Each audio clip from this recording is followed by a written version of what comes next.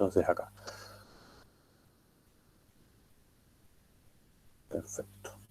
Bien, entonces, cualquier duda, cualquier inconveniente o si se corta y no me doy cuenta, avísame con audio, porque al estar con la presentación no veo la pantalla del... Ahí, un poco mejor. Sí, allí está un poquito mejor. Bien, bien, bien. Bueno, perfecto. Vamos a ver entonces hoy la primera parte, que es la parte de la organización de la información, ¿sí? Y arrancamos con algunos conceptos más elementales de lo que es la estadística, ¿sí? Entendiendo que la estadística se encarga de recoger, analizar, organizar e interpretar los datos, ¿sí? Y que está presente en muchas ciencias, si no en todas, ¿sí? Pero en este caso, ¿sí? En este caso, la utilizamos no como una ciencia en sí, sino como una herramienta para poder interpretar los datos que obtenemos en la investigación científica. En este caso sería en fonoaudiología, ¿sí? Los datos con los que vos trabajas van a hacer uso de la estadística para poder ser interpretados de alguna manera.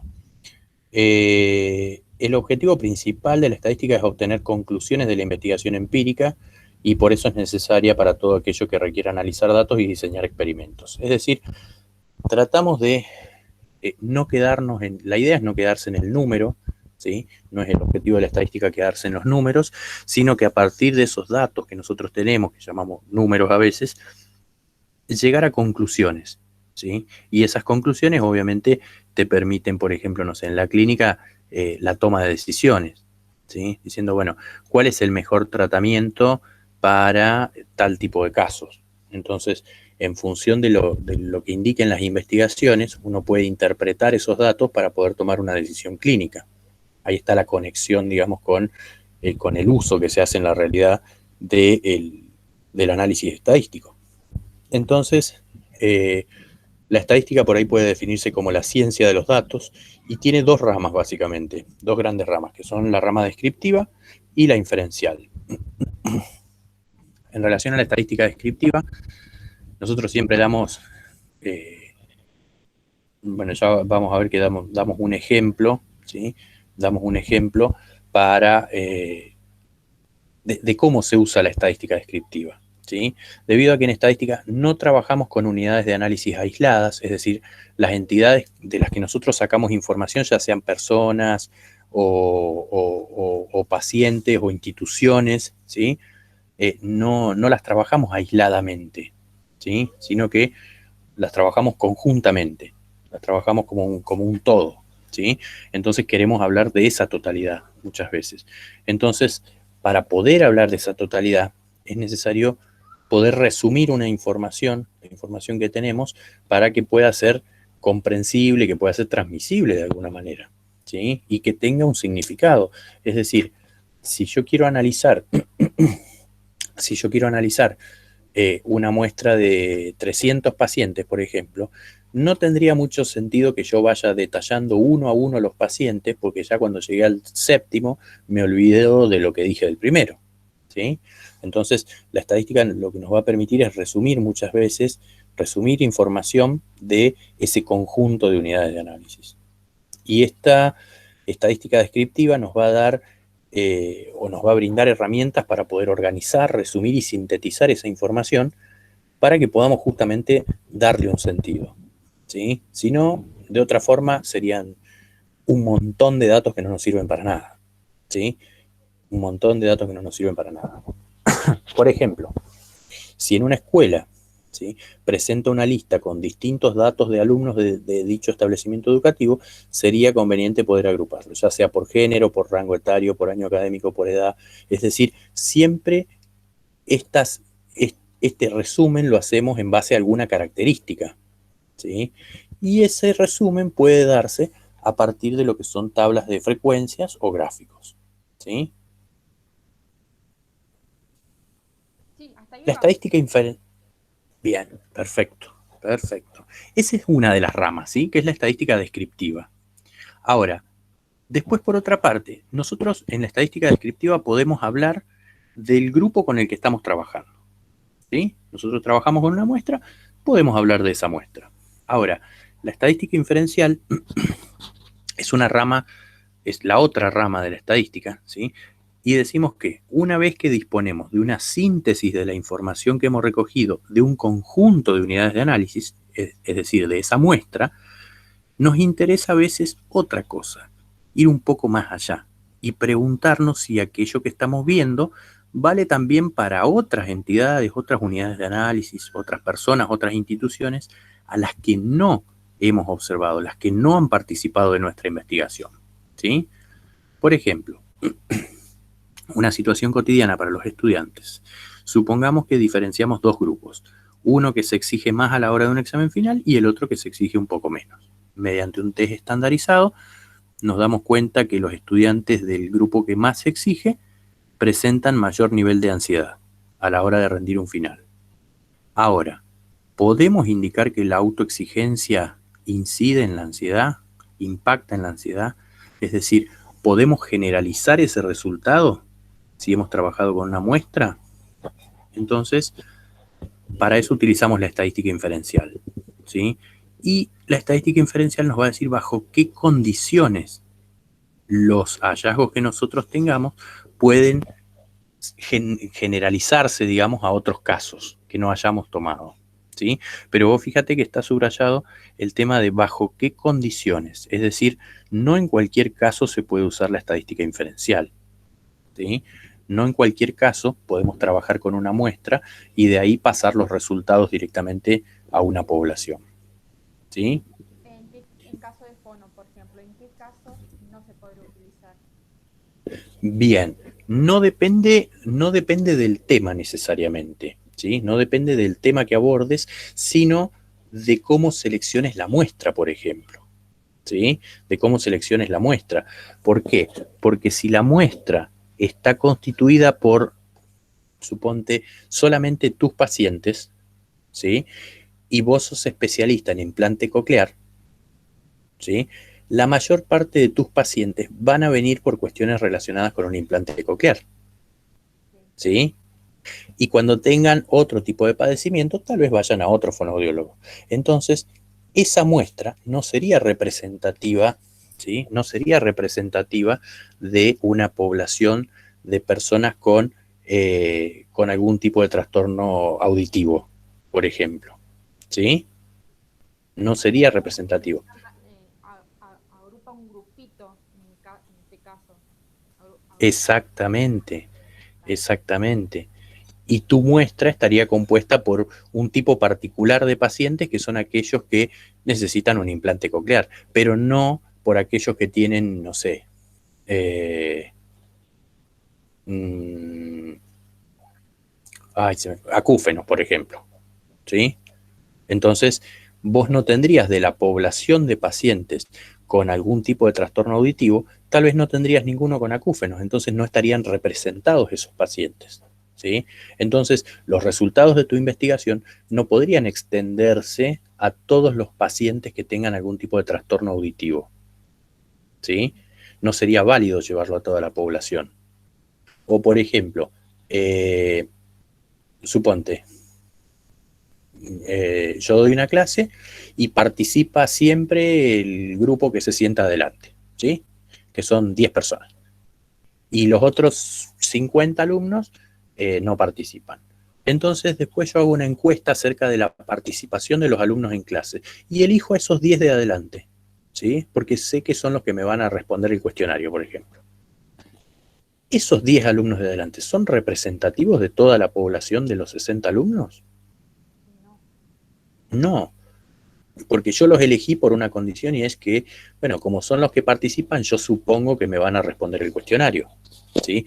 Pero estoy eligiendo solamente a los que participan, entonces los resultados de esa investigación, de decir, bueno, la participación se da en el 90% de las clases, hay participación de los alumnos. Sí, de esos 10 alumnos, pero esos 10 alumnos no representan al total de la población que tiene una participación menor. Entonces, mis resultados no los puedo llevar a toda la población, ¿sí? No los puedo llevar a toda la población. No puedo utilizar en ese caso estadística inferencial. Ahora, ¿Qué tendría que hacer yo para así poder utilizar estadística inferencial? Bueno, primero tendría que seleccionar la muestra de manera aleatoria, ¿sí? Es decir, le puedo asignar un número a cada uno de los 60 alumnos y sortear, ¿sí? Sortear y los 10, sí, Lo escuchen re entrecortado. entrecortado, puede ser la señal, que tenga mala señal. Ahora, ¿Ahora un poquito mejor? ahí sí. Bien. Entonces decíamos que, ¿de qué manera podríamos utilizar estadística inferencial o cuál sería uno de los requisitos? Uno de los requisitos sería, por ejemplo, que la muestra haya sido elegida de manera aleatoria, ¿sí? Entonces, yo los enumero, por ejemplo, a los alumnos de 1 a 60, le doy un número a cada uno, y después sorteo los 10 primeros que salen, ¿sí? Entonces tienen la misma posibilidad de ser seleccionados los 10 que están adelante o cualquiera de los 50 que están atrás, ¿sí? Entonces, de esa manera se supone que está mejor representada la población. Y si yo trabajo con una muestra de 10, de un total de 60, bueno, tengo más posibilidades de llevar esos resultados hacia los 60, ¿sí? Estoy más cerca de hablar de los 60 si yo los sorteo que si yo elijo directamente los 10 que más participan. Sí, te hago una consulta. ¿Qué pasa Sí, con las dime. muestras esas que se realizan por Google? Porque como ahora nada es presencial, muchas muestras se realizan por Google. Sí, Depende que de sea... la cantidad de población que yo elija, por ejemplo, si elijo una población de 10 niños, o no, vamos a poner Ujú, 100 niños. Si yo sí, elijo 10, es estadística inferencial. Si yo analizo si vos... todas 100 muestras, en la otra estadística, no. Claro, si vos, cuando vos trabajás con toda la población, ¿sí? Si hay 100 niños en total en la población y vos trabajás con toda la población, directamente trabajás con estadística descriptiva. ¿Por qué? Porque no podés llevar los resultados de esa población a otras poblaciones, por ejemplo. Ya estás trabajando con la totalidad. Entonces, utilizás estadística descriptiva. Ahora, cuando vos no podés acceder por alguna razón a toda la población, si tomás estos requisitos o exigencias, podés llegar a hablar de la población aún trabajando con una parte, ¿sí? Con una muestra, sería. Pero bueno, obviamente depende, ya te digo, de cómo se seleccione la muestra, de cuál sea el tamaño de la muestra también, ¿sí? Hay fórmulas para poder calcular el tamaño de la muestra y requieren que conozcas el tamaño de la población. Es decir, vos tenés que saber cuántos pacientes hay en total, cuál es la población total de pacientes con implante coclear, por ejemplo, para a partir de ahí hacer una selección de algunos de ellos, ¿sí? Y poder hacer algún tipo de evaluación. Entonces vos decís, bueno, tengo en San Luis, tengo, no sé, 300 pacientes que tienen implante coclear. Bueno, listo. Uno dice, bueno, si yo quiero un 95% de confianza en mi investigación, ¿cuántos pacientes tendría que seleccionar? ¿De cuánto sería la muestra de pacientes con implante coclear para que sean representativos de la población? ¿Sí? Y para eso hay fórmulas, hay cálculos que te indican y te van a decir, bueno, mira, tenés que trabajar con 78,7 pacientes. 78,7 significa 79 pacientes. Entonces tu muestra, para que sea representativa de la población y poder utilizar estadística inferencial, tendría que ser al menos de 79 pacientes, ¿sí? Elegidos aleatoriamente, ¿Y ¿sí? qué pasa esto cuando se piden que las muestras sean vía Google? ¿Qué fiabilidad hay o qué no? Eso sí o sí depende de lo que conteste la persona, ¿no? Cla sí, sí, sí, sí. Y hay que ver también por qué, porque esas muestras, dependiendo de la temática que se indague, pueden llegar a tener un sesgo, ¿sí? Es decir, si uno quiere indagar, por ejemplo, no sé, eh, ¿Pero qué es un sesgo? cuestiones relacionadas... Sí, dime. ¿Qué es un sesgo? ¿O qué significa? Un sesgo es Ah, un error, ¿sí? Un sesgo es un error que uno comete a veces involuntariamente, pero por ejemplo, si yo digo, bueno, quiero evaluar, no sé, cuántas personas se encuentran en pobreza extrema en San Luis, ¿sí? ¿Y qué hago? Distribuyo un link para que contesten un formulario de Google, ¿sí? Pero resulta que las personas que se encuentran en pobreza extrema no tienen ni siquiera un teléfono, no tienen conexión a internet, entonces claro, no son las personas que van a responder, claro, entiendo. ¿sí? ¿Quiénes van a responder? Van a responder quienes tengan computadora o quienes tengan teléfono o quienes tengan conexión a internet. Entonces ahí hay un sesgo. ¿Por qué? Porque yo estoy, sin querer, estoy utilizando una herramienta que no va a medir lo que yo quiero medir. Claro, lo mismo pasa cuando nosotros evaluamos, por ejemplo, la alfabetización emergente en los niños con alta Bien, adquisición a libros, digamos, por decirlo así, a los niños que no sí, tienen adquisición, digamos. bien, Ahí está la diferencia, claro, entiendo. exacto, exacto, ¿sí? Entonces, de eso depende, digamos, que uno después puede hacer generalizaciones a toda la población. Ahí la muestra estaría mal seleccionada, en mi caso, lo que yo te contaba recién. Estaría mal seleccionada, ¿por qué? Porque las personas que están en pobreza extrema no tienen posibilidad de participar de la muestra, de ser parte de la muestra. Claro, sí. Entonces, no es representativo de la población, ¿sí? Es como, no sé, como si yo quisiera, a ver, pongo un ejemplo así muy grosero, pero es como si yo quisiera evaluar el nivel socioeconómico de las personas, pero bueno, tienen que venir a mi casa para que yo les tome el cuestionario, pero tienen que bajarse de un BMW, por ejemplo. Entonces digo, bueno, obviamente, ¿qué me van a contestar esas personas? Van a estar en un nivel socioeconómico elevado, Claro, ¿sí? Muy alto. Entonces, ¿cuáles van a ser mis conclusiones? Que las personas que participaron de la investigación se encuentran en un nivel socioeconómico muy elevado. Por lo tanto, mi conclusión es que no hay pobreza. ¿Sí? Entonces, ¿pero qué pasa? Yo estoy introduciendo un sesgo al recoger la muestra. ¿Sí? ¿Por qué? Porque el que no tiene un auto de esa marca, por ejemplo, no puede participar de la investigación. No tiene la posibilidad, aún perteneciendo a la población de la cual se extrae la muestra, pero no tiene posibilidad de participar. Entonces no es una muestra representativa de la población y por ende no se puede hacer estadística inferencial con ese tipo de muestras. se entiende, está bien, sí. Bien, entonces, bueno, ahí hay un ejemplo. En todos los casos, cuando sea posible hacer generalizaciones, van a estar limitadas a un contexto específico.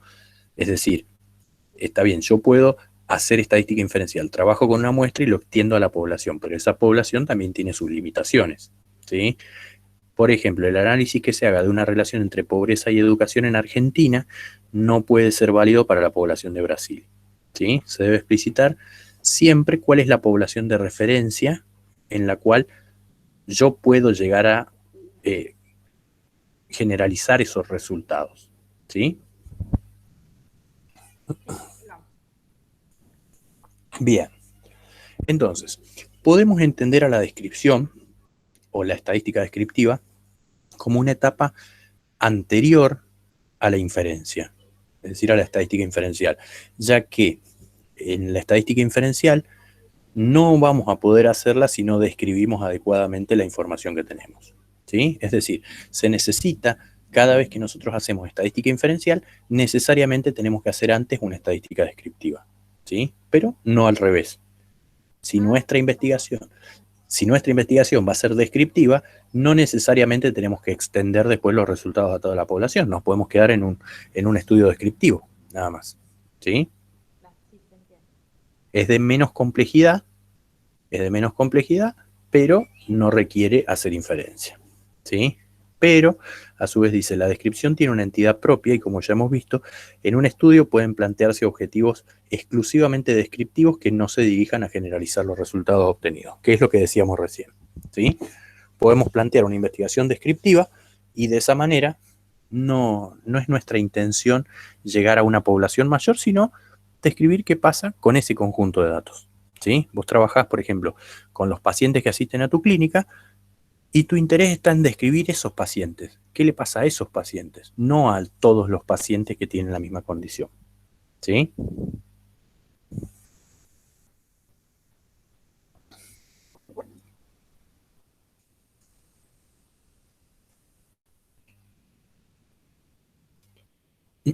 Bien.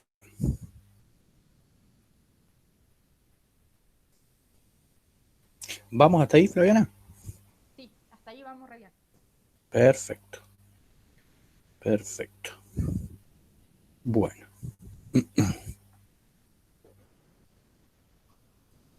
Entonces,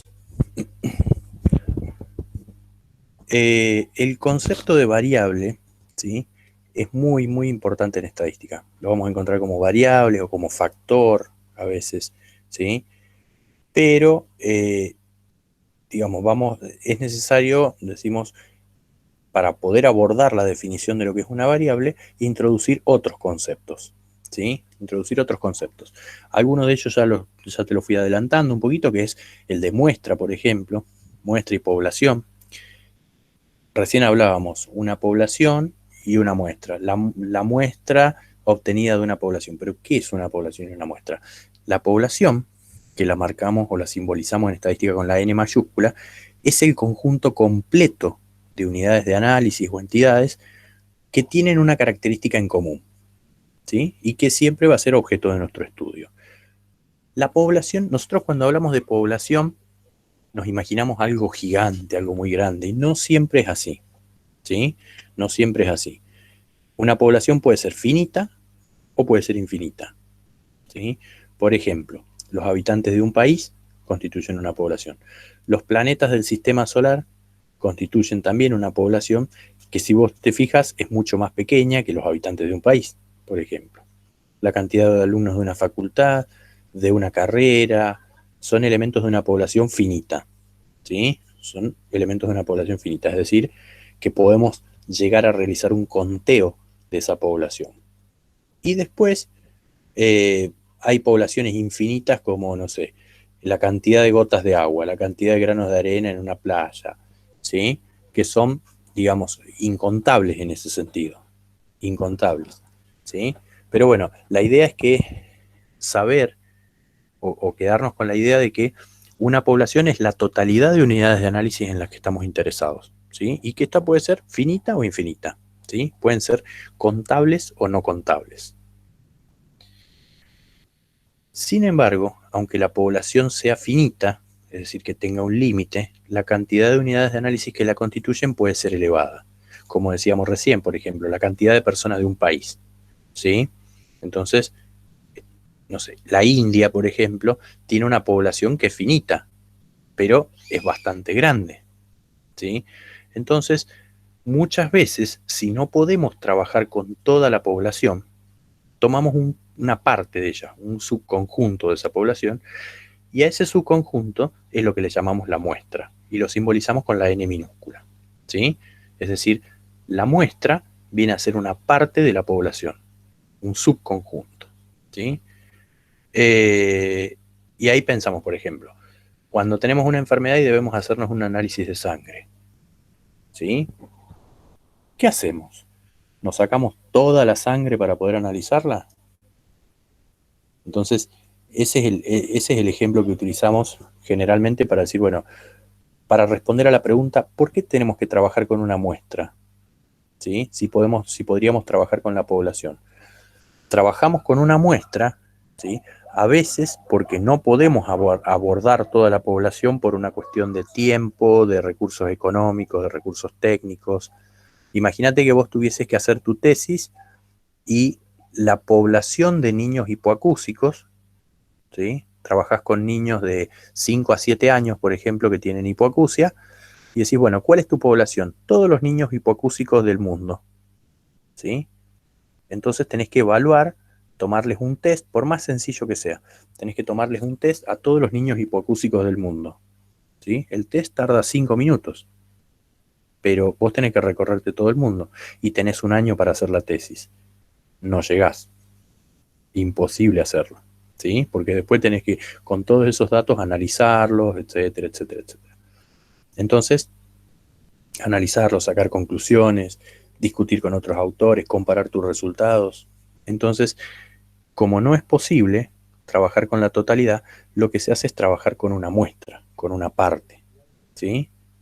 Ya sea, yo te digo, por los recursos económicos, humanos, técnicos insuficientes o de tiempo, o en otros casos porque no se puede trabajar con toda la población, como es el ejemplo ese de el análisis de sangre, ¿sí? Cuando uno se va a hacer un análisis de sangre para determinar, por ejemplo, el grupo sanguíneo, no hace falta que te saquen toda la sangre y determinar que a lo largo de toda la sangre sos A positivo, por ejemplo, ¿sí? Sino que con una parte, sabiendo que teóricamente la sangre tiene la misma composición a lo largo de todo el torrente, no es necesario trabajar con toda la población sanguínea, sino simplemente con una muestra. Te extraen una muestra, analizan, y si esa muestra da A positivo, significa que todo el torrente sanguíneo es A positivo, por ejemplo, ¿sí? Bien.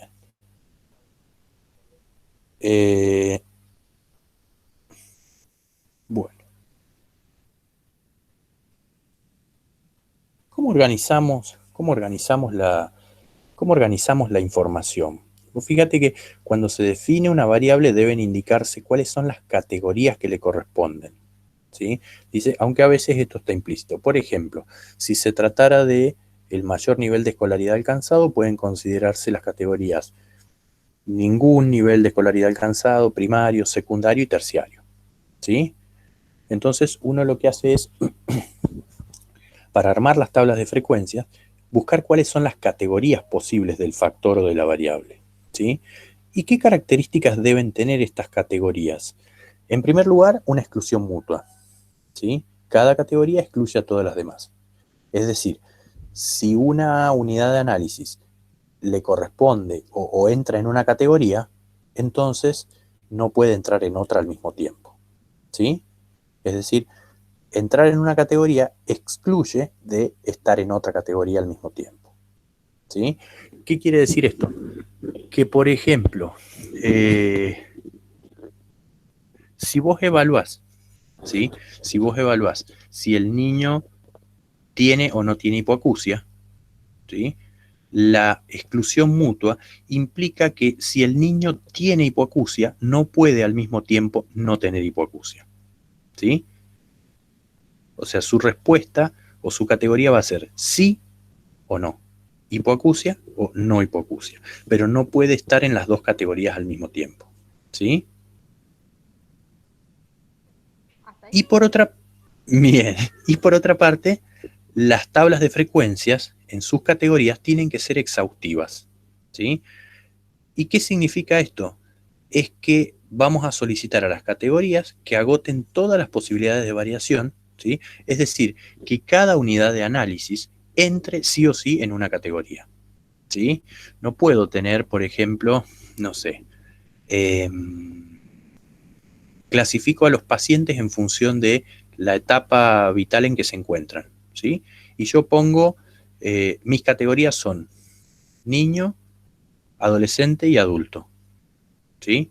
Pero tengo un paciente de 72 años. Y digo, bueno, no, este paciente no entra en ninguna categoría. No, no puedo hacer eso. Las tablas de frecuencias tienen que entonces crear una categoría que contemple esa unidad de análisis que no es ni un niño, ni un adolescente, ni un adulto, ¿sí? Entonces tengo que sí o sí colocar otra categoría que podría ser anciano, por ejemplo, ¿sí? Entonces, ¿para qué? Para que contenga esa unidad de análisis que no entra en ninguna de las otras categorías, ¿sí? Sí, una consulta, sí, pero Sí, si yo cuando armo las categorías y me queda una, ¿solo va a quedar el análisis de esa persona? ¿No se saca bien? en ese caso, si tenés una sola persona en esa categoría, sí. Y después uno puede excluirla del análisis, o sea, argumentando por qué, Ah, ¿sí? Diciendo, bueno, esta categoría que tiene muy pocos sujetos no puede ser analizable, por ejemplo, para una prueba de hipótesis, ¿sí? Si yo tengo un solo sujeto y quiero hacer una prueba de hipótesis, si tengo un solo sujeto en una categoría y quiero hacer una prueba de hipótesis, la prueba de hipótesis no va a funcionar, no va a resultar justamente porque yo en una categoría tengo una sola persona y en las otras tal vez tengo, no sé, 30, 40, ¿sí? Entre 30 y 50 personas. ¿el número de Entonces, cada categoría es variable o tienen que ser sí, sí, no, no, no pueden variar. Pueden, o sea, dependiendo del tipo de análisis que vayas a hacer, pero mayormente, en la mayoría de los análisis estadísticos que se hacen, la cantidad de sujetos por cada categoría puede variar y eso no te influye en el análisis, ¿sí? Lo que sí te influye es que la muestra sea muy baja, por ejemplo, a veces, pero no que la cantidad de sujetos por cada categoría sea diferente. Justamente en la estadística descriptiva, la cantidad diferente de sujetos por cada categoría a veces muestra los movimientos de la variable, ¿sí? Muestra los movimientos de la variable. Como en algunas categorías están más acumulados, hay más sujetos y en otras categorías hay menos. Bien, entonces, para poder construir una tabla de frecuencias necesitamos, dijimos que las categorías se excluyan mutuamente, es decir, si una persona o una entidad o una unidad de análisis pertenece a una categoría, no puede pertenecer a otra al mismo tiempo. Y que sean exhaustivas, es decir, que cada unidad de análisis entre en una categoría, ¿sí? Resumidamente sería, cada unidad de análisis tiene que entrar en una categoría, en alguna categoría, y solamente en una, ¿sí? Sí, hasta ahí sí. Bien. Si yo tengo adultos de 5, niños de 5 a 8, adolescente Uh-huh. de 12 a 15 y adultos de 20 a 30. Bien, bien. ¿Puede variar la cantidad de personas? Sí. ¿Cómo? Perdón. Puede variar la cantidad de personas. Sí, sí, tranquilamente. Tranquilamente y eso no te afecta en el análisis. Sí, sí. Sí, Sí va a puede haber variar. conclusiones, porque va a ser diferente. Claro, pero igualmente ya vas a ir viendo que el tipo de análisis contempla muchas veces el tamaño de la categoría, ¿sí? Entonces, mayormente no te influye. Mayormente en casi todos los análisis que se pueden llegar a hacer, no te influye que tengas, por ejemplo, no sé, 20 niños, 35 adolescentes, 30 adultos y 24 ancianos, por ejemplo, ¿sí? Entonces se pueden hacer comparaciones y se pueden hacer pruebas, aún teniendo valores o tamaños muestrales diferentes. No hay problema con eso. No necesitas juntar, por ejemplo, 30 de cada uno, ¿sí? Sí, se entiende. Está contemplado, digamos, en las fórmulas la posibilidad de que pueda variar las cantidades de una categoría a la otra. Y las tablas de frecuencias, ¿sí? Tienen ciertos requisitos. Cuando vos construís una tabla de frecuencias, o un gráfico también, que son las dos formas de sistematizar la información, tienen que tener sí o sí un título, ¿sí? Que describa lo que la tabla de frecuencias o el gráfico está mostrando, las referencias, donde en las referencias se tiene que aclarar las abreviaturas que se usen, ¿sí? Y la fuente de los datos, si los datos no provienen de una fuente primaria. Es decir, si vos estás presentando, por ejemplo, datos que sacaste de la Organización Mundial de la Salud, ¿sí? Entonces tenés que poner debajo del gráfico, debajo de la tabla, fuente, Organización Mundial de la Salud y el año, ¿sí? Y después referenciarla para, digamos, dar cuenta de que esos datos no los has obtenido vos, sino que estás tomando datos de otra entidad para poder ayudar en tu trabajo. Y por ejemplo, si hablamos de una variable que tiene un nivel de medición nominal, ¿sí? Este sería el modelo de tabla de frecuencias, donde va el título, ¿sí? El título, acá, por ejemplo, dice SC, F, F, F%, ¿sí? Y las categorías de la categoría 1, 2, 3, hasta la categoría P, que es la última categoría, ¿sí? Entonces, uno tiene que, dijimos, colocar sí o sí el título, ¿sí? Las referencias, ¿sí? Que son estas abreviaturas, aclararlas, ¿qué es esto que está acá? ¿Sí? Por ejemplo, referencias, SC, sistema de clasificación, variable estudiada. Ay, me pasé. Volvemos una para atrás. Ahí. F, frecuencia absoluta. F, apóstrofe, frecuencia relativa. Peso relativo de cada categoría respecto al total. F, apóstrofe, por ciento, es la frecuencia relativa porcentual, el porcentaje de cada categoría. Es decir, se aclara todo aquello que está abreviado de alguna manera, ¿sí? Para que la lectura sea más fluida. Y lo mismo pasa con con los gráficos, ¿sí? Lo mismo pasa con los gráficos. Tienen que tener título, ¿sí? Las referencias, y si fuese tomado de algún otro lugar que no sean tus datos, entonces hay que citar la fuente. Fuente, Organización Mundial de la Salud 2021, por ejemplo, ¿sí? Bien, ¿vamos hasta ahí? Sí, sí, hasta ahí vamos. Perfecto. Digamos, es la lógica de los, de los gráficos y las tablas. ¿Qué es lo que sí o sí tienen que tener? Esto es para un nivel de medición nominal. Cuando el nivel de medición... Ah, bueno, y otra cosa. Cuando el nivel de medición es nominal, acá tenemos categoría 1, categoría 2, categoría 3, que si una variable es nominal podrían ser, por ejemplo, no sé, el estado civil, casado, soltero, separado, viudo. Y acá es lo mismo poner casado, soltero, separado, viudo, que poner viudo, casado, separado, soltero, ¿sí? Es decir, cuando nosotros tenemos un nivel de medición que es nominal, ¿sí? Lo único que cambian son las características cualitativas, no cuantitativas. No hay cantidades, no hay magnitudes. Entonces, estas categorías pueden tener cualquier orden, ¿sí? Pueden tener cualquier orden. No hay ningún inconveniente con eso. Y por eso también se grafica en estos gráficos circulares, porque el círculo no tiene un principio y un fin, ¿sí? No tiene un inicio y un fin, sino que cualquier categoría puede estar ubicada acá, o acá, o acá, total, no la vemos que esté al principio o al final de nada, ¿sí? Sino que está dentro del círculo, ¿sí? Por eso se recomienda, digamos, para las variables nominales, el gráfico circular. No tiene un comienzo, no tiene un final. Cuando el nivel de medición es ordinal, ¿sí? Ya entramos a hablar de variables de tipo cuantitativas, ¿sí?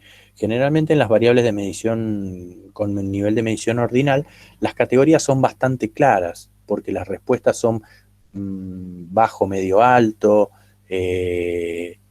severo, grave, normal, bajo, muy bajo, ¿sí?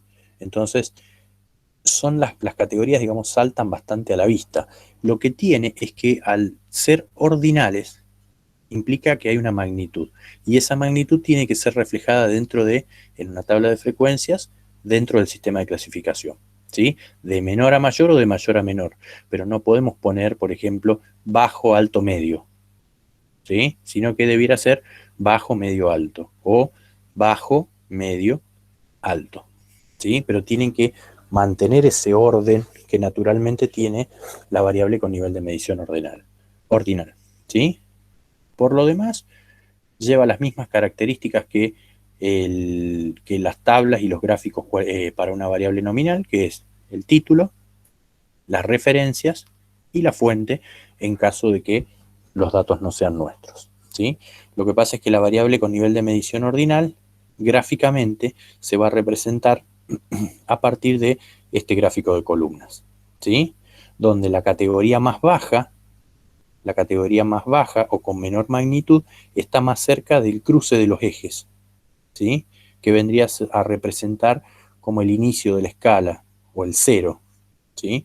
Entonces, si esto es, por ejemplo, ¿qué podría ser? Esto podría ser bajo peso, ¿sí? O riesgo sí, bajo peso, riesgo de bajo peso, peso normal, sobrepeso y obesidad, por ejemplo. ¿Los ¿Sí? de menor Entonces, escala siempre aparecen primero? sí, Ah, sí. Los que tienen menos magnitud están más cerca de este cruce de ejes, porque se supone que este cruce de ejes representa como el cero, el inicio de la escala.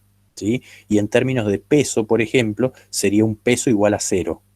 claro, por Entonces, eso si bien no no, puede ir el orden aleatorio, no puede ir porque si no, no te va a estar mal hecho. exactamente, exactamente. Yo no puedo poner, por ejemplo, acá obesidad. ¿Por qué? Porque obesidad estaría cerca de cero. Y cero se supone que es la unidad de medida, que es el peso en kilogramos. ¿Sí? Y poner acá, por ejemplo, bajo peso, que está muy alejado del cero. Es más coherente o más lógico decir que las personas que tienen bajo peso están más cerca de pesar 0 kilogramos que aquellas personas que tienen obesidad, por ejemplo, que están mucho más alejadas. ¿sí? Y siempre te lo va a ordenar según el grado, ¿no? Exactamente, exactamente, sí, sí, sí, sí, sí. Sí, va de menor, o sea, los menores van acá, ¿sí? Las categorías con menos magnitud van acá, y a medida que nos vamos alejando de este cruce de ejes, la variable va tomando mayor magnitud, ¿sí? Mayor cantidad, digamos. Y se entiende. Bien. Hasta acá vamos bien, ¿sí? ¿Qué pasa con una variable discreta? Las variables discretas son aquellas que varían en unidades enteras, ¿sí? Y que no aceptan las subunidades o un valor intermedio entre unidades, ¿sí? Por ejemplo, yo te pregunto, ¿cuántas materias tenés rendidas? Uy, qué pregunta, no me acuerdo. Varias. ¿Y cuántas podrías decir más o menos? Más o menos. 33. 33, ¿sí? Ahora, ¿qué pasa si vos rendís otro examen final y lo rendís bien? ¿Te quedan materias por rendir? Sí. Sí, sí, sí. Bien. ¿Qué pasa si vos rendís en la próxima mesa y rendís bien? ¿Cuántas materias rendidas tendrías? 34. 34. Ahora, ¿podés tener 33,7 materias rendidas? ¿Tiene sentido que vos digas tengo 33,7 materias rendidas? No, no, no, no, supongo que no. No. ¿Has rendido 33 o has rendido 34? Sí. ¿Sí?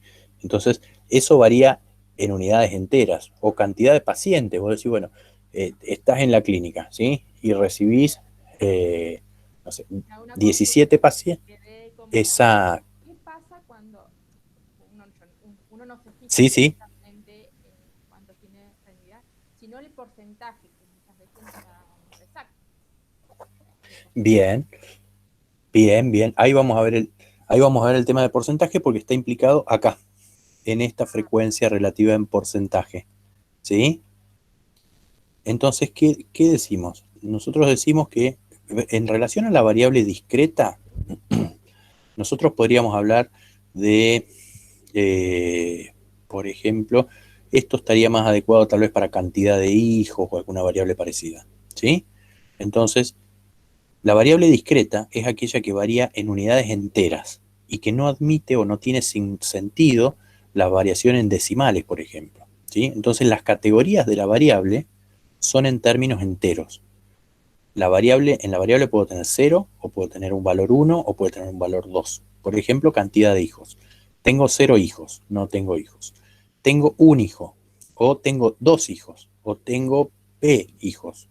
Por ejemplo, no sé, 7 hijos, ¿sí? Como máximo valor. O 10 hijos, o 12 hijos. Pero nunca voy a poder tener 3,4 hijos, por ejemplo, ¿sí? No tiene sentido. Entonces, en esa línea, el sistema de clasificación, es decir, la variable estudiada, tiene estas categorías: 0, 1, 2, 3, 4, 5, 6, hasta P, ¿sí? Sea cual sea el valor P, que es el valor máximo. Así se grafica, así se construye, digamos, entonces la tabla de frecuencias para una variable discreta, ¿sí? Entonces, sus categorías son valores enteros, ¿sí? Sus categorías son valores enteros. En cuanto a esto que tenemos acá, que también lo hemos tenido, si vos te fijas, con el nivel de medición ordinal, y también lo tuvimos con el nivel de medición nominal, ¿sí? Que es la primera columna, se refiere a la frecuencia absoluta, ¿sí? La frecuencia absoluta es la cantidad de casos que entran en cada una de las categorías, ¿sí? En la categoría 1, a ver, si yo tengo n, una muestra de n casos, por ejemplo, n podría ser una muestra de 20 casos, ¿sí? Bueno, de esos 20 casos que yo tengo acá, de esos 20 casos, ¿cuántos entran en la categoría 1? ¿Sí? Supongamos que son soltero, casado, separado y viudo. ¿Cuántas personas son solteras? ¿Cuántas personas son casadas? ¿Cuántas son separadas? ¿Cuántas son viudas? ¿Sí? Y ahora, la suma de los casados más los solteros más los separados más los viudos de mi muestra me tiene que dar como resultado el total de mi muestra. Si yo tenía 20 sujetos acá, la suma de F1 más F2 más F3 más FP me tiene que dar 20. ¿Sí? Sí, ahí vamos, sí, sí. Bien. La frecuencia relativa, ¿sí?, en proporción, que es la segunda que tenemos acá, que me aparezca el cursor, ahí está. Esta que tenemos acá, ¿sí?, que es la frecuencia relativa en proporción, hace referencia al peso relativo de cada categoría respecto al total, ¿sí? Es decir, ¿cuánto representa la categoría 1 con respecto al total? Teniendo en cuenta que el total es igual a 1, ¿sí? Si el total fuese 1, ¿cuánto representaría esta categoría? ¿Cómo se calcula? Dividiendo la frecuencia absoluta, ¿sí?, sobre el tamaño de la muestra. Es decir, si yo tengo 3 personas acá, ¿sí?, y tengo 30 personas acá, a ver, dame un segundo. Se va.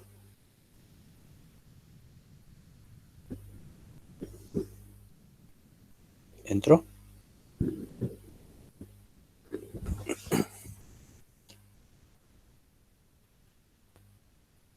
No, no entró, me parece, Seba. Ahí está. Buenas noches, Seba. Hola, negro, ¿cómo estás? Bien, bien, ¿cómo estás vos? Bien, bien. Perdón que me esté conectando tan tarde. Se me chanflearon los horarios y me vine corriendo en cuanto me di cuenta. No te preocupes, no te preocupes. Te saludo por lo que no te saludé más temprano, estaba dando una clase también, así que estaba Me di a mí. cuenta, me di cuenta. Qué Ahí va. particular verte presencialmente, che, hacía un Sí, montón que no te veía. sí, sí, sí. Sí, aproveché esta mañana, tenía que hacer unas cosas, así que bueno, fui ahí al Claro, box y como tenía un horario de clase en el medio, digo, bueno, doy la clase y después continúo con el resto. Así que claro, bueno, claro. tenemos un público reducido hoy, tenemos solamente a Flaviana, el Bueno, buenas resto no noches, Flaviana. se ha ¿Cómo estás? conectado. ¿Cómo estás, Fede? Sí, bien, bien. Sí, hemos tenido público reducido Ujú. en estos tiempos, Sí, pero, pero bueno, yo intuyo que a medida que se vaya normalizando la situación, se irá avanzando en tener más gente. También creo que cuento con la buena publicidad que nos haga Flaviana. sí, sí, sí. Mm. Así que bueno, estaba con el info, che. Sí, sí, sí, sí. Sí, pero estamos viendo algo más a nivel teórico por ahora. Estamos Bárbaro. con la cuestión de los tablas de frecuencia y gráfico, todo lo que es organización de la información. Eh, pero bueno, más a nivel teórico por ahora. ¿Sí? Perfecto, Pues, perfecto. Sí, sí. Flaviana me dijo que tiene maneja un poco de Excel, así que digamos, tenemos una gran parte ganada, digamos, Oh, con ya tiene una pata ganada. adentro, ya está. Sí, sí, sí, sí. Sí, estuvimos spoileando un poco lo que es el Infostat y algunos cálculos, viste, como para ir Bárbaro. perdiéndole el miedo en realidad. Sí, Pero porque a bueno. ver, viste, una vez que entienden cómo hacer la carga de datos en Excel y ubicar las variables en columnas y las unidades de análisis en filas, ya Ujú. ahí Es mucho tienen, más. viste, como el 70%, viste. Y después en Infostat es meterse a jugar con los datos, Sí, viste, la verdad es que nosotros sí, siempre terminamos disfrutando, metiendo mano, viste, jugando y rompiendo y viendo qué cosas se sacan. exacto. Montones de veces Y estamos, con distribuciones que no tenemos idea qué son y bueno, a ver, probemos esto. Truc. sí, sí, sí. No, y aparte por ahí estamos tratando de llevarlo con los datos, con datos que ella tenga, viste, o yo no sé si, Flaviana, vos me preguntabas recién, o me contabas recién que estabas con chicos de 5 a 8 años, de 8 a 12, de 12 a 19, puede ser, o a 18. No, no, esto lo puse como ejemplo. La verdad, Bien. todavía no tengo más o menos una orientación del tema, Ujú, pero por donde voy, creo que voy encaminada más para ancianos, ujú. Bien, eh, bien, bien, bien, más bien. parecida. Ujú. Pero bueno, Perfecto, perfecto. está medio complicado. complicada la cosa por todo esto. Sí, por el contexto. Pero bueno, hay que ir buscando por ahí cuáles son las variables de importancia, de interés, digamos, para la investigación y en base a eso, digamos, después se arma o sea, una vez que definas los instrumentos, levantes la información, por ahí se arma la base de datos y se puede empezar a trabajar, ¿viste? Directamente sobre eso. Claro, para cómo la población no es lo mismo la muestra que se toma a un niño de 5 años, en contexto, digamos, que sí o sí dependemos de la respuesta de los padres, así como también la de los ancianos, que también sí o sí necesitamos su respuesta. Porque, exacto, ¿sí? La mayoría de las tesis ahora se hacen por muestra por vía, lo he visto que compañeros lo hacen por muestra de Google, por sí, sí, sí, sí, sí, sí, sí. Hay que reducir la población, porque no es tomar muestras de forma presencial a un niño, que sí o sí dependemos de la respuesta de los padres en ese caso, que son los que claro, digamos, la encuesta, tampoco los ancianos, porque los ancianos no conocen. exacto, no tienen. Reduce muchísimo el campo de muestra. Sí, sí, sí, sí, sí, sí, sí, sí, porque justamente no tienen tanto manejo de tecnología a veces o de un formulario de Google o que es más alejado a veces de lo que están Che, y acostumbrados. perdón, ¿no? Pero una investigación documental como opción o el análisis trabajando con muestras previas, eso también es una alternativa por ahí en escenario de pandemia que muchas veces a los estudiantes no se les plantea, ¿viste? Pero entiendo que decir, bueno, voy a hacer un estudio teórico es medio un bodrio, justamente esta materia está re desconectada de ese tipo de estudios, pero yo pensaba ponerle, a ver, a mí me sale la bibliometría porque es lo que yo he hecho, pero hay estudios documentales, hay análisis de documentación que hacen análisis cuantitativos. O sea, podés usar hasta análisis demográficos o análisis epidemiológicos, ahora que está tan de moda la epidemiología, que usan este tipo de herramientas por ahí por ahí levantando datos ajenos. ¿Me entendés? Usando datos provinciales, comparás datos de patologías prevalentes según el Ministerio de Salud de la provincia de San Luis y San Juan y Mendoza y haces una comparativa de eso y eso es una flor de tesis. Sí, también. ¿Viste? Sin que vos recabes los datos por ahí. No sé, Claro, qué sé yo. eso no tenemos mucho en cuenta, porque, claro, es verdad, estaría también una dentro de las posibilidades, pero no lo había pensado. Claro, yo digo porque, viste, son todas opciones. Después las barajás, las pensás, te fijás qué cosas por ahí en la facultad en la que vos estás te van a pedir, porque esto también depende mucho de cada cultura académica, ¿viste? Pero que no se encierren solamente a pensar que tienen que buscar sujetos. Pueden trabajar con instituciones, ¿me entendés? Pueden trabajar con montones de opciones que no sea solo sujetos. Uno suele ir a los sujetos así de cabeza. En psicología nos pasa lo Sí, mismo. sí, sí, sí, sí, sí. Pero sí, por ahí es cierto, se pueden hacer otro tipo de trabajos más teóricos, más, y que de hecho son algunos de los que han estado surgiendo por ahí en algunas materias, no sé, periodismo y producción, por ejemplo, hay mucho trabajo teórico ahora porque está Claro. imposible salir a levantar datos. O sea, Claro, ese es se el van tema. adecuando. Ese es el tema. Ujú. Sí, sí, sí, sí. Bien, volvemos un poquito a los contenidos de la organización de la sistematización de los datos, ¿sí? Estábamos viendo, Seba, el tema de, bueno, las características de las tablas o los gráficos en función del nivel de medición que tengan, pero bueno, siempre cumpliendo con los mismos requisitos, que tienen que tener un título, las referencias en caso de que haya abreviaturas, por ejemplo, y la fuente, indicar la fuente cuando los datos no son propios, no son nuestros. Y qué características va tomando el sistema de clasificación en función del nivel de medición. Habíamos dicho que en el nominal, en el caso del nivel de medición nominal, vamos, amplíate. En el caso del nivel de medición nominal, las categorías no tenían un orden predeterminado, sino que podían tomar cualquier orden, porque justamente la distinción era cualitativa. y por eso se graficaba en un círculo, ¿sí? Por eso se lleva adelante el gráfico circular. En el caso del nivel de medición ordinal ya sí tenemos un orden preestablecido que puede ser de menor a mayor o de mayor a menor, ¿sí? Perdón, de menor a mayor o de mayor a menor, ¿sí? Pero la cuestión es que siempre mantenga un orden determinado, ¿sí? Mantengan un orden determinado, creciente o decreciente, las categorías que estamos organizando en el sistema de clasificación, ¿sí? Y eso se va a reflejar también a nivel gráfico, en este gráfico de barras, ¿sí? Donde las barras que tienen las categorías de menor magnitud, que podría ser, por ejemplo, bajo peso, riesgo de bajo peso, normopeso, sobrepeso y obesidad, tienen un orden determinado. Es decir, la variable va creciendo, va tomando mayor magnitud de izquierda a derecha. Por eso, la categoría que tiene menor magnitud es la que está más cercana al cruzamiento de los ejes, ¿sí? Del eje X y del eje Y, de las abscisas y las ordenadas, porque se supone que en ese cruzamiento estaría el inicio, digamos, de la escala o lo que podría considerarse un valor cero, ¿sí?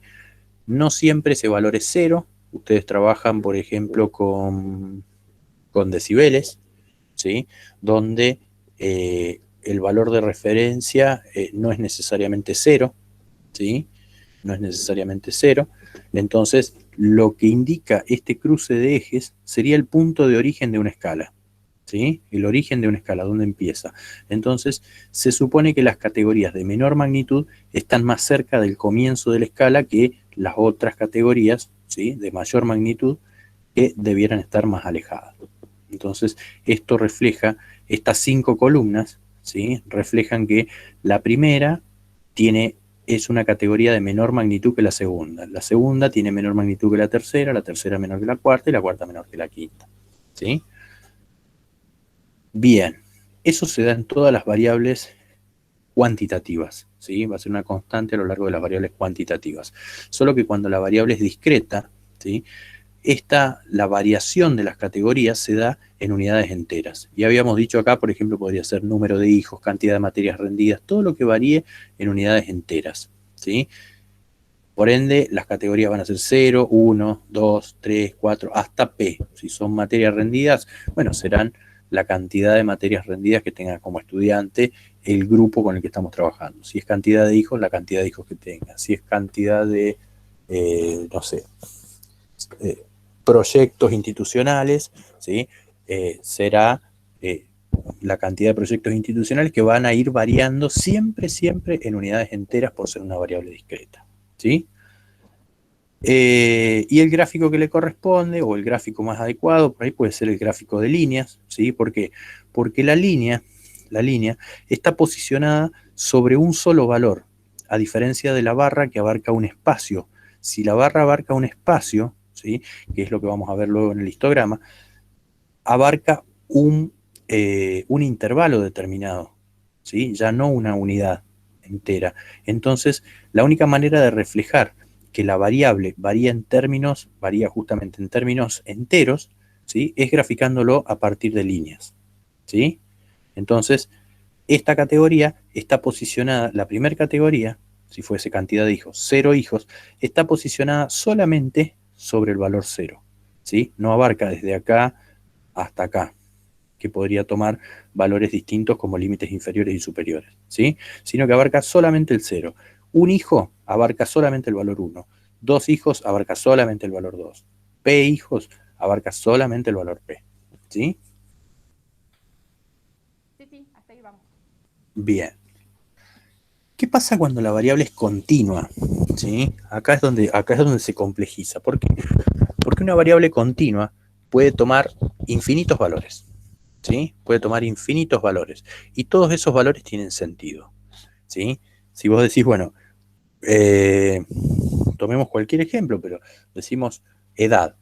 ¿Alguien puede decir que tiene 25 años? ¿Es válido? Sí, es válido. ¿Y si alguien te dice que tiene 25,5 años? ¿Es válido? También es válido. Porque significa que tiene 25 años y medio, es decir, 25 años y 6 meses. Y si alguien te dice que tiene 25,52 años, sí, también es válido. Y así podemos seguir extendiendo Podemos seguir extendiendo los decimales hasta que nos cansemos, ¿sí? Hasta el infinito.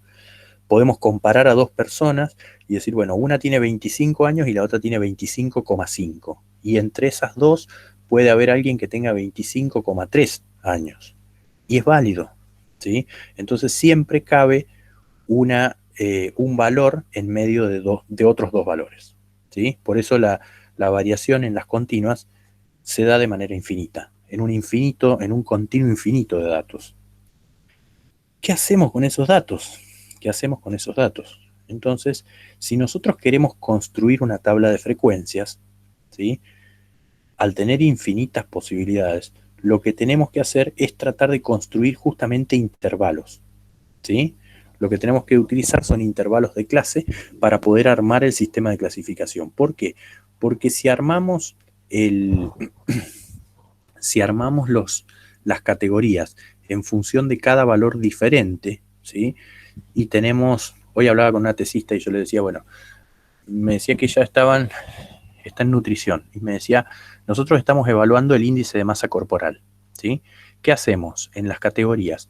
Ponemos el valor del índice de masa corporal, y yo le decía, no, tienen que armar intervalos justamente. Esto es lo que tienen que hacer. ¿Por qué? Porque suponiendo que el índice de masa corporal puede variar en decimales, entonces alguien tienen 53 personas. Imagínate, le digo que de las 53 personas, la primera tiene un índice de masa corporal de 18, la segunda 18,1, la tercera 18,2, la cuarta 18,5, la quinta 18,7. Y así todas las personas, las 53 personas de la muestra, tienen todas un valor de IMC diferente. Vas a tener 53 categorías en la variable con una frecuencia absoluta de 1 cada una, lo cual no te dice nada, ¿sí? Entonces, ¿qué es lo que tenemos que hacer?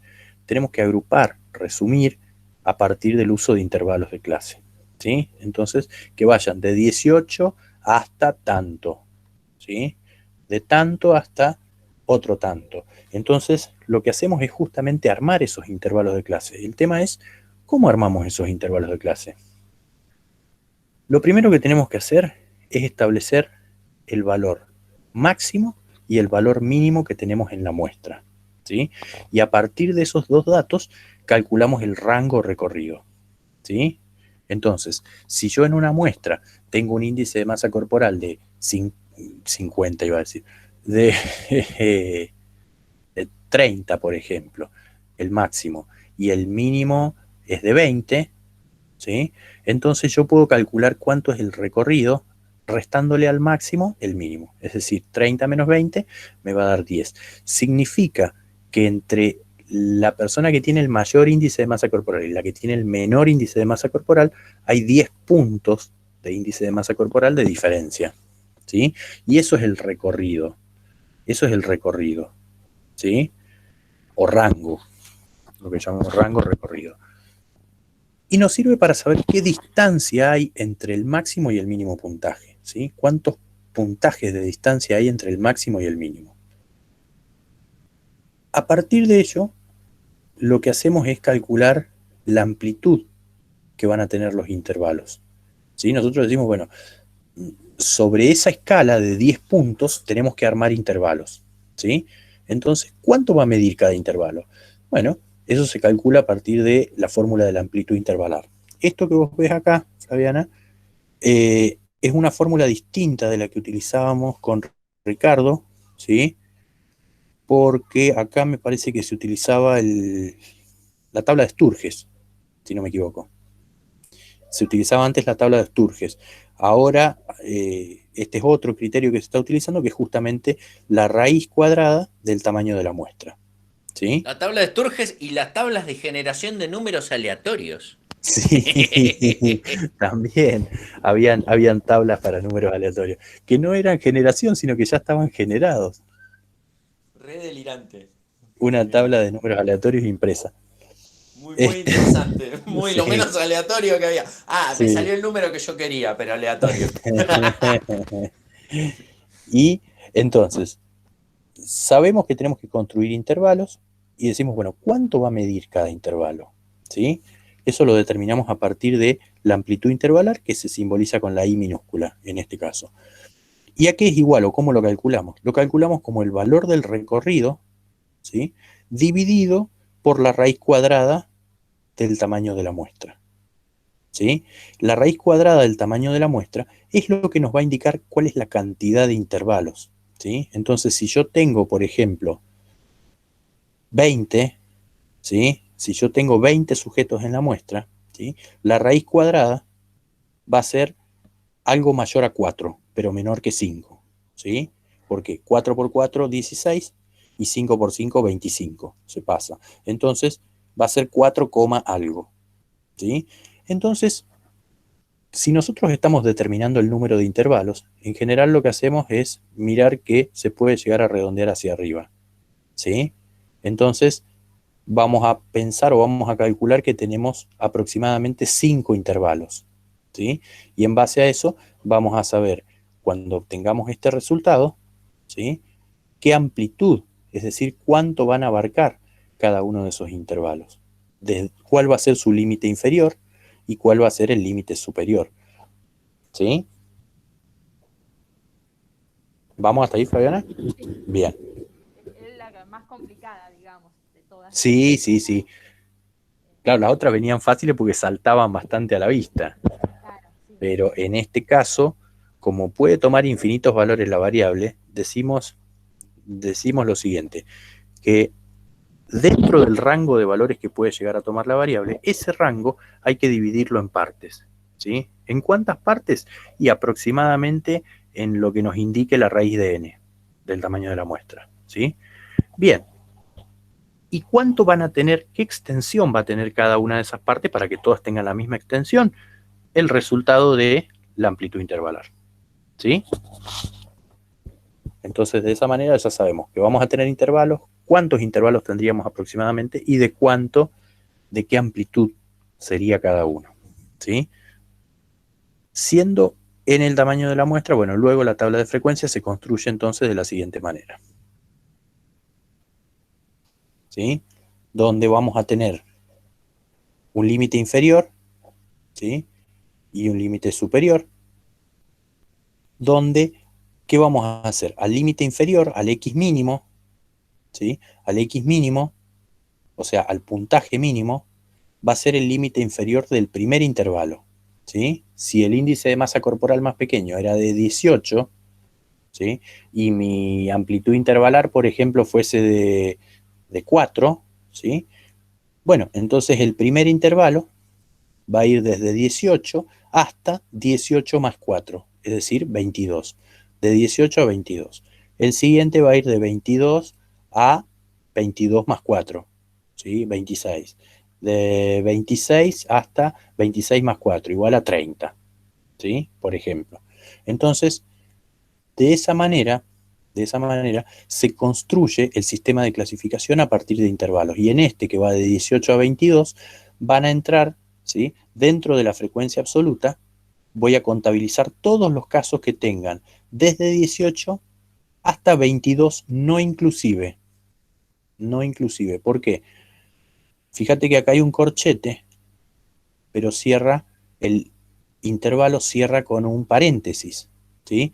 El corchete implica que este valor, si fuese 18, por ejemplo, en términos de índice de masa corporal, sí está incluido dentro del intervalo. Pero el paréntesis indica que llega hasta un valor muy cercano, hasta el valor más cercano a 22, pero no incluye al 22, ¿sí? Es decir, si alguien tiene un índice de masa corporal igual a 22, no entra en este primer intervalo, ¿sí? No entra en este primer intervalo. ¿Y dónde entra? En el segundo intervalo, que arranca en 22 y sí lo incluye, porque tiene un corchete, ¿sí? Sí lo incluye porque tiene un corchete, hasta 26 no inclusive, porque tiene un paréntesis, ¿sí? Sí. Desde 26, incluido el 26, si alguien tiene 26 va en este intervalo, hasta 30, y si este fuese el último, si ese fuese el último valor, ¿sí?, si 30 fuese el último valor, estaría ubicado estaría ubicado en este último intervalo. Acá estaría el 30, ¿sí? Donde el 30 sí está incluido. Es decir, acá entraría desde 26 inclusive hasta 30 inclusive. ¿Por qué? Porque si yo no incluyo el 30, me quedaría esa unidad de análisis que tiene el puntaje máximo de índice de masa corporal afuera. No entraría en ninguna categoría. Entonces el sistema no sería exhaustivo, que era uno de los requisitos, ¿sí? Toda unidad de análisis tiene que pertenecer a alguna categoría, ¿sí? Sí, hasta ahí vamos. Bien. Y el gráfico por ahí más adecuado, ¿sí? El gráfico que se considera más adecuado es el histograma o el polígono de frecuencias, ¿sí? El histograma, ¿por qué? Porque el histograma abarca desde el puntaje mínimo desde el límite inferior hasta el límite superior del primer intervalo, ¿sí? Límite inferior hasta el límite superior del primer intervalo. Esto estaría representado por esta extensión, esta columna extendida acá, ¿sí? Y donde exactamente termina el primer intervalo, arranca el segundo, ¿sí? Es decir, coincide el fin del primer intervalo con el inicio del segundo. Entonces, el fin del segundo con el inicio del tercero, el fin del tercero con el inicio del cuarto, el fin del cuarto con el inicio del último. Entonces, ¿qué es lo que vemos acá? Que la variable tiene una continuidad, ¿sí? Que no hay baches como había en la cantidad de hijos, que saltábamos de 0 a 1, de 1 a 2. Acá no, acá la variable es continua y significa que si este índice de masa corporal es de 18 y acá llega hasta 30, no inclusive, hasta 22, no inclusive, en el medio puede haber cualquier valor de índice de masa corporal. 18,7, 18,75, 21,4, 20, ¿sí? Menos el 22, cualquier valor puede tomar, ¿sí? Pero eso demuestra entonces que gráficamente la variable tiene una continuidad, ¿sí? Y que si un valor cae acá, tiene sentido, porque es un valor de índice de masa corporal válido, por ejemplo, ¿sí? O podríamos pensarlo en términos de decibeles, ¿sí? Entonces es una escala continua también. No es una escala que pase de o 90 o 91 decibeles, ¿sí? Puede haber valores... La audiometría no. ¿Cómo? Perdón. Lo medimos así como es, continuo. Es exacto, exacto, ¿sí? Está dentro de un continuo infinito. A veces, a ver, ojo, que a veces uno utiliza determinadas variables como si fueran discretas, pero en realidad son continuas, ¿sí? Como por ejemplo la edad que decíamos recién. Cuando a uno le preguntan la edad, uno dice un valor entero, ¿sí? Pero no significa que uno tenga exactamente esa edad en términos de valor entero. Si uno se va a la naturaleza de la variable de edad es continua, ¿sí? Es continua. Entonces, lo que uno tiene que ver para hacer este tipo de tablas de frecuencias y gráficos es cuál es la naturaleza de la variable, no cómo la menciona o cómo la utilizamos en general, ¿sí? Bien. Por ejemplo, un estudiante universitario está interesado en describir las características de estudiantes de una escuela secundaria X de San Luis y toma una muestra aleatoria del 10%. ¿Ves que acá está el concepto de muestra aleatoria en relación a lo que hablábamos de la estadística inferencial? ¿Sí? Toma una muestra aleatoria del 10% de los estudiantes sabiendo que la población de dicho establecimiento es de 200. Es decir, tenemos 200, toma el 10%, son 20 estudiantes seleccionados aleatoriamente. Los datos obtenidos de género, edad, rendimiento escolar, medido con un test estandarizado en términos de bajo, medio, medio alto y alto, y las horas de estudio fueron los siguientes, ¿sí? Que es la tabla que veíamos recién en el info, ¿sí? Bien, dados estos datos, si tomamos una variable cualitativa nominal, tal como el género, por ejemplo, ¿sí? Vemos que las categorías van a ser femenino y masculino, ¿sí? Si volvemos a la tabla, usted fija en género, género es una variable cualitativa nominal, ¿sí? Cuyas categorías posibles en este caso, o en esta tabla, son masculino-femenino, ¿sí? Entonces, lo que se hace es establecer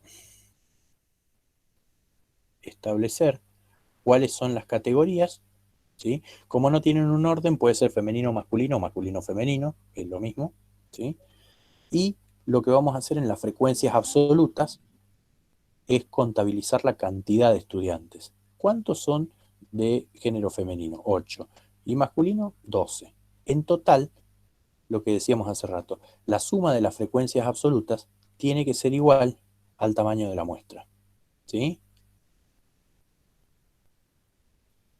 En términos de proporción, lo que evaluamos es cuánto del total representa la categoría femenino, por ejemplo, un 0,4, ¿sí?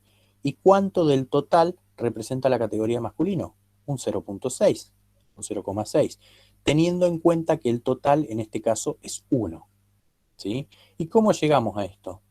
Dividiendo la frecuencia absoluta, es decir, 8 dividido en 20. 8 dividido en 20 te va a dar 0,4. 12 dividido en 20 te va a dar 0,6. Y la sumatoria de estas proporciones siempre tiene que dar 1, ¿sí? Y para sacar el porcentaje es lo mismo. O sea, directamente se podría multiplicar la proporción de estudiantes por 100 y lo convertimos en porcentaje. 0,4 por 100 te da el 40%, te indica que el 40% de los estudiantes son de género femenino y el 60% masculino. ¿Sí? Sí, hasta ahí vamos. Bien, bien, bien. Y gráficamente lo podemos representar a partir de un gráfico circular. ¿Sí?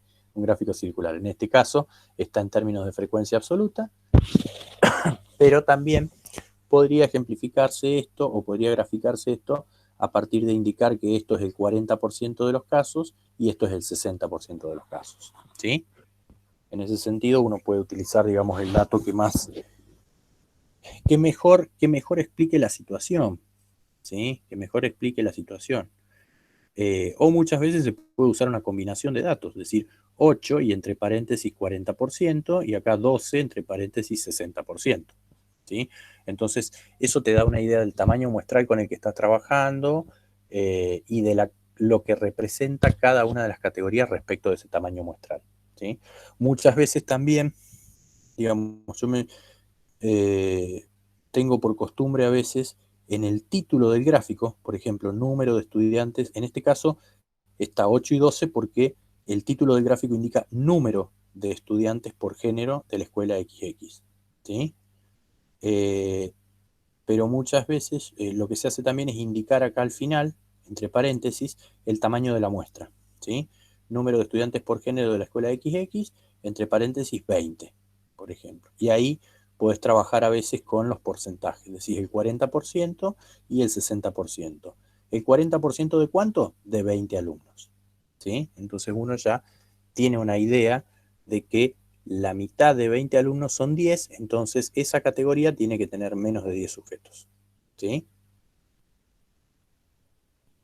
Sí, sí. Bien.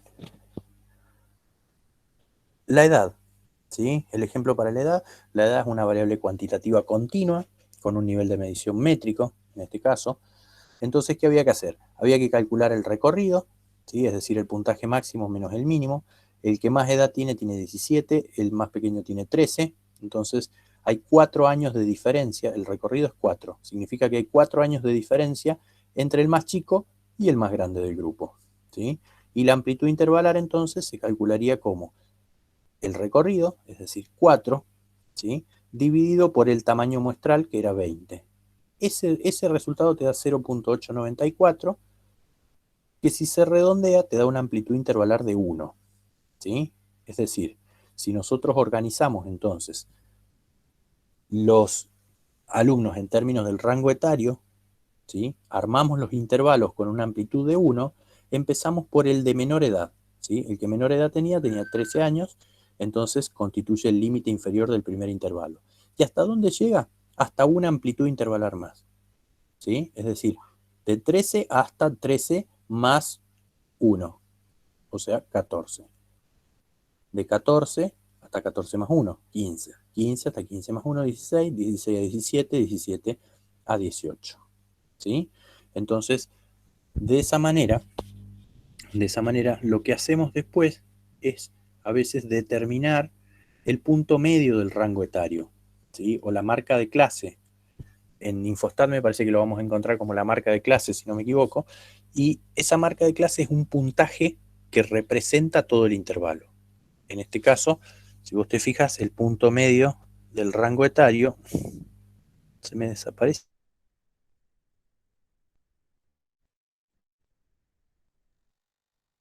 Etario es 13,5. ¿Por qué? Porque es el punto equidistante entre 13 y 14 y representa al intervalo 13 a 14.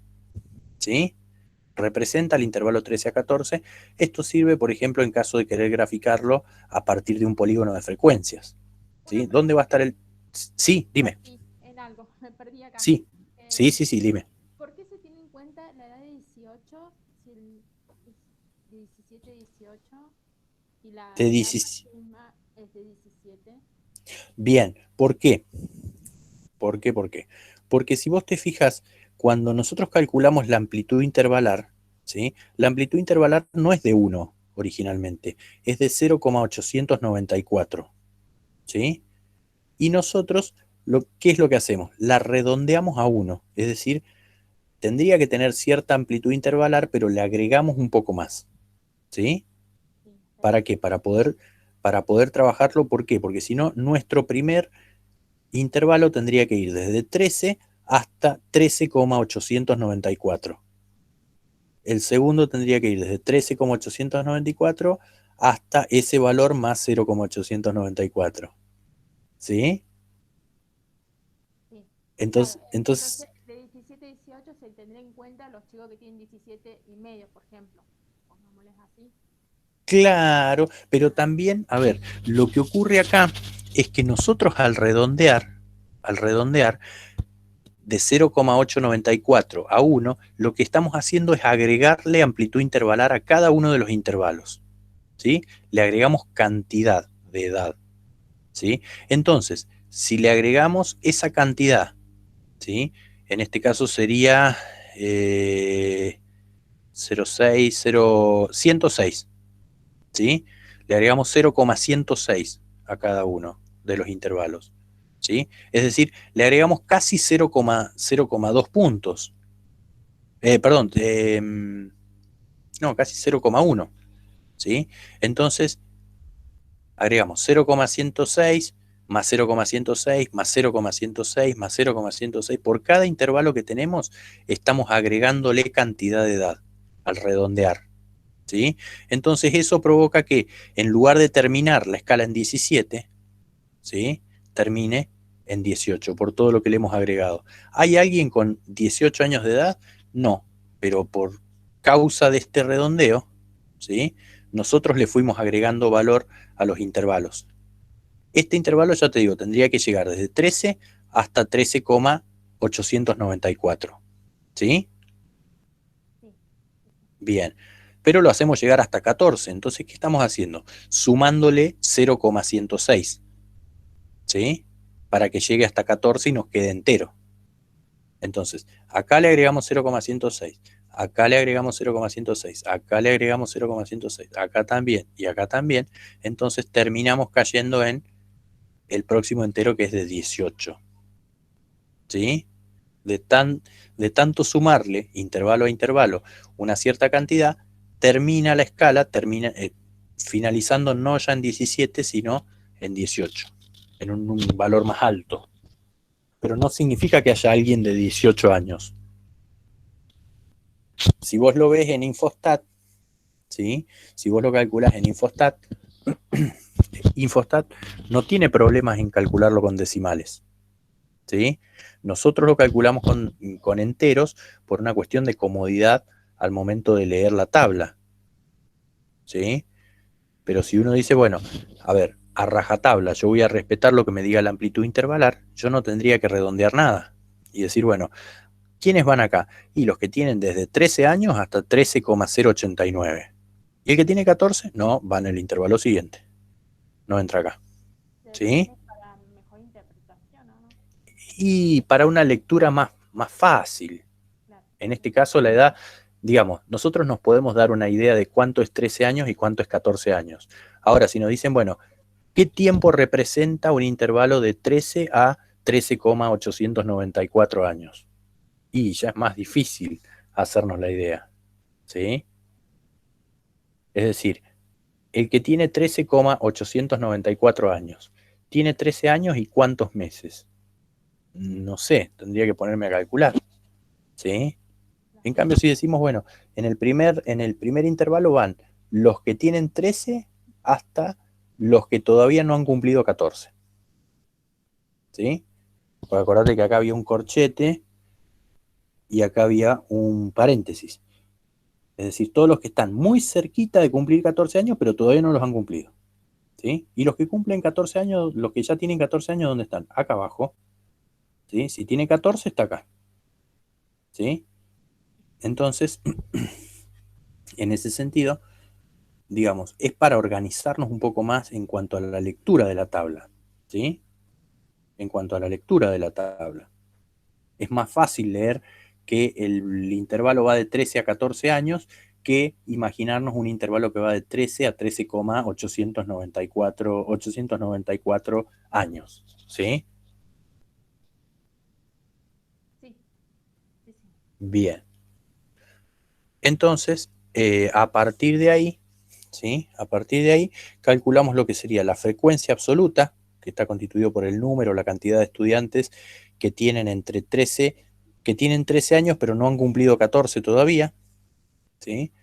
La cantidad de estudiantes que tienen 14, pero no han cumplido todavía 15, los que tienen 15 hasta casi 16, desde 16 inclusive hasta casi 17, y los que tienen 17 hasta los que tienen 18, inclusive, ¿sí? Que no vamos a encontrar ninguno, pero acá hay un corchete al final, ¿sí? Es decir, esto está incluido, este valor está incluido dentro de este intervalo, ¿sí? Sí, hasta ahí sí. Sí. Bien, Sí, sí, dime. em, me tienen que dar el número total de la muestra, ¿no? Exactamente, exactamente.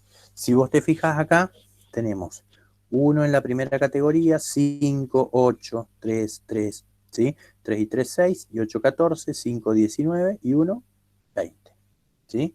Entonces, la suma de estas frecuencias absolutas siempre tiene que dar el tamaño de n o el tamaño de la muestra, ¿sí? Si yo no hubiese puesto 17, 18, el número de la muestra no me iba a dar. Claro, porque si este intervalo no estuviese, ¿sí? Tendríamos 3 casos menos. 3 casos menos. Es decir, no podemos dejar el 17 y no poner nada acá. Todo intervalo tiene un límite inferior y un límite superior, ¿sí? Entonces, el límite superior acá no se corresponde necesariamente con el puntaje máximo que nosotros tenemos en la muestra, Claro, ¿sí? eso es lo que como que me cuesta un poco Claro, ¿por entender. qué?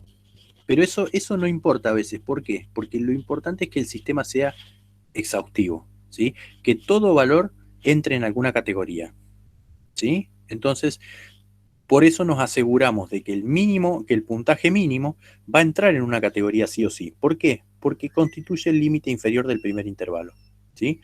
Ahora, ¿cómo hacemos para que el puntaje máximo entre en alguna categoría también? Bueno, si esto llega hasta casi 17, pero no incluye el 17, ¿sí? No incluye el 17, ¿qué pasaría? Esta persona no la estaríamos contabilizando, esta persona no la estaríamos contabilizando, Claro, y esta persona también quedaría fuera. quedaría. Entonces, cuando nosotros sumemos las frecuencias absolutas, vamos a tener 1 más 5, 6, más 8, 14, más 3, 17, y estos tres no están. Se nos perdieron estos tres. Entonces ahora la sumatoria nos da 17. La suma de las frecuencias absolutas no es igual al tamaño de la muestra.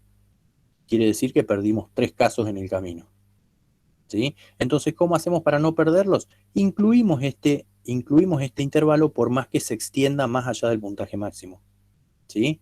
¿Por qué? Porque de esa manera hacemos que el sistema de clasificación sea exhaustivo, cumpla con el requisito de ser exhaustivo.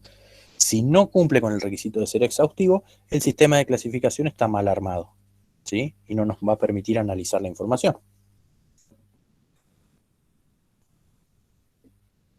¿Sí? Sí. Bien.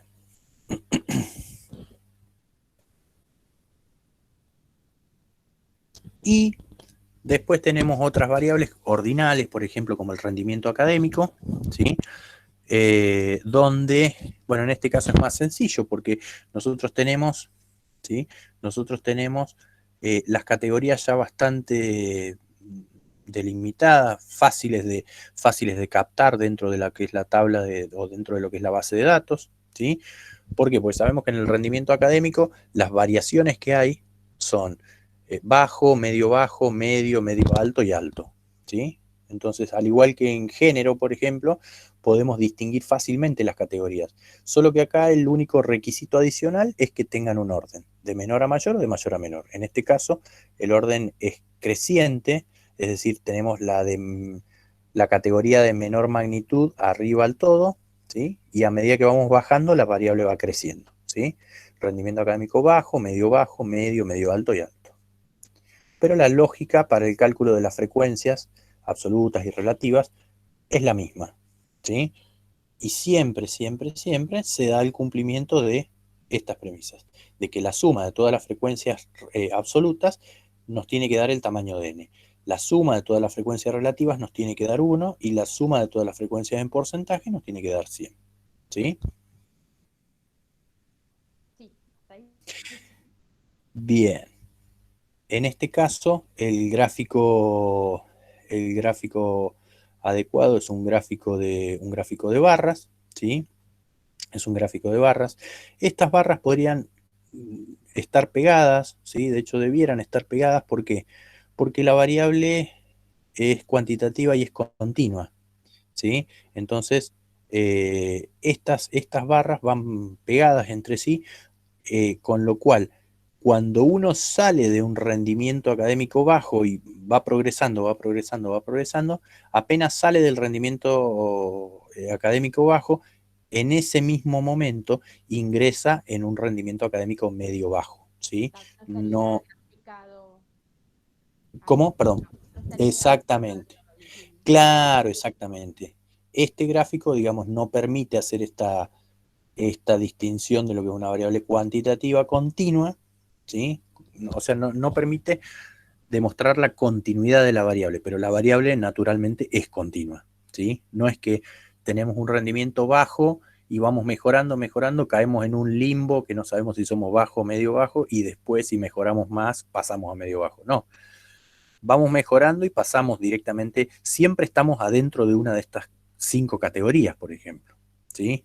No podemos encontrarnos nunca acá en el medio, ¿sí? Donde no sabemos si somos bajo o medio bajo, salvo que se arme otra categoría, ¿sí? No sé, que se llame casi medio bajo, no sé, una cosa así, ¿sí? Pero en este caso, gráficamente, digamos, las columnas debieran estar todas pegadas, ¿sí? Lo que pasa es que ya te digo, los programas a partir de los cuales se crean los gráficos muchas veces no contemplan, digamos, ese requisito. Siempre ¿Sí? y cuando es continua. Siempre y cuando sea continua, sí. Sí. Sí, porque si fuera discreta, es más, si fuera discreta no convendría que tenga barras, sino líneas. ¿Sí? Líneas. Y después, finalmente, bueno, la variable cuantitativa continua métrica, que son las horas de estudio, ¿sí? Que son las horas de estudio, se calcula, digamos, de la misma manera, como el puntaje máximo menos el mínimo para calcular el recorrido, ¿sí? Es una variable cuantitativa continua, entonces hay que armar intervalos. ¿Cómo armamos intervalos? Acá, en el rango etario, ¿sí? Entonces corre con la misma lógica. Armamos los intervalos, que en este caso van a tener una amplitud de 2 horas, ¿sí? Entonces, partimos del puntaje mínimo, el que menos estudia 5 horas por semana, ¿y hasta cuánto el primer intervalo? Y hasta 5 más 2, más la amplitud intervalar, ¿sí? Es decir, de 5 a 7, 7 no inclusive. El que estudia 7 horas, ¿dónde va? Acá abajo, de 7 hasta 9 no inclusive, de 9 hasta 11 no inclusive, y de 11 hasta 13 inclusive, ¿sí? Acá sí está incluido el 13, ¿sí? Sí. Pero es posible que si nosotros revisamos la tabla, el que más estudia no estudie 13. ¿Por qué? Porque hemos vuelto a redondear y nos encontramos con lo mismo de hace un rato, Claro. ¿sí? Sí, sí. Si nosotros vamos a la tabla original, en cuanto a la cantidad de horas de estudio, el que más estudia 12 horas, ¿sí? Pero no hay nadie que estudie 13 horas. Claro. ¿Por qué aparece el 13 entonces? Por el redondeo que hemos hecho. Nosotros en cada intervalo le vamos, si hacemos 2 menos 1.565, ¿sí? Nos va a dar 0,435, ¿sí? Entonces, acá agregamos 0,435, acá agregamos 0,435, acá agregamos 0,435 y acá lo volvimos a agregar, ¿sí? Entonces, por eso el intervalo desde el puntaje máximo, ¿sí? Se nos extiende un punto más, ¿sí? Sí. Lo importante, ya te digo, es que el valor máximo esté contenido en uno de los intervalos y que, bueno, el valor mínimo nosotros nos aseguramos de que está contenido en el primer intervalo porque el primer intervalo arranca incluyendo al valor mínimo, ¿sí? Entonces el puntaje más chiquito sabemos que está dentro de nuestro sistema de clasificación, pero el más grande, el máximo, no. Entonces, ¿cómo nos aseguramos? Haciendo esto, ¿sí? Llevando la cantidad de intervalos al punto tal que abarque al puntaje máximo, por más que esto se pase, ¿sí? Pero sabemos que aquel que estudia 12 horas está incluido acá, que no va a quedar fuera de la categorización, ¿sí? Sí. Sí, sí, ahora sí. Bien. Y el gráfico en este caso ha sido hecho a partir de un polígono de frecuencias, ¿sí? Y este polígono de frecuencias es posible construirlo a partir del cálculo del punto medio, ¿sí? En el intervalo 5 a 7, el punto medio es 6, ¿sí? Entonces, acá, este punto 6 representa un intervalo que va en realidad desde 5 hasta 7.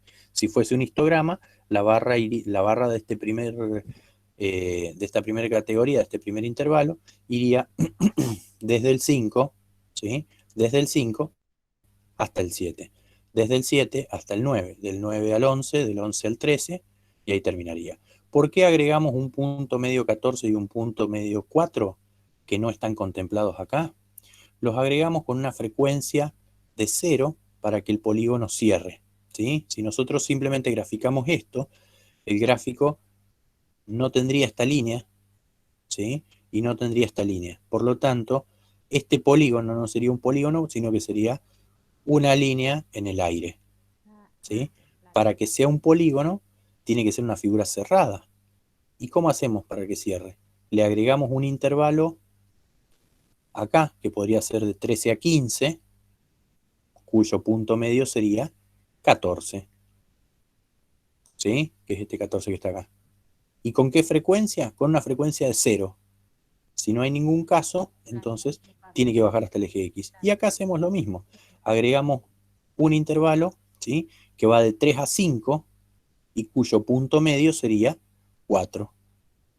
¿Con qué es este 4 que está acá? ¿Con qué frecuencia? Una frecuencia 0.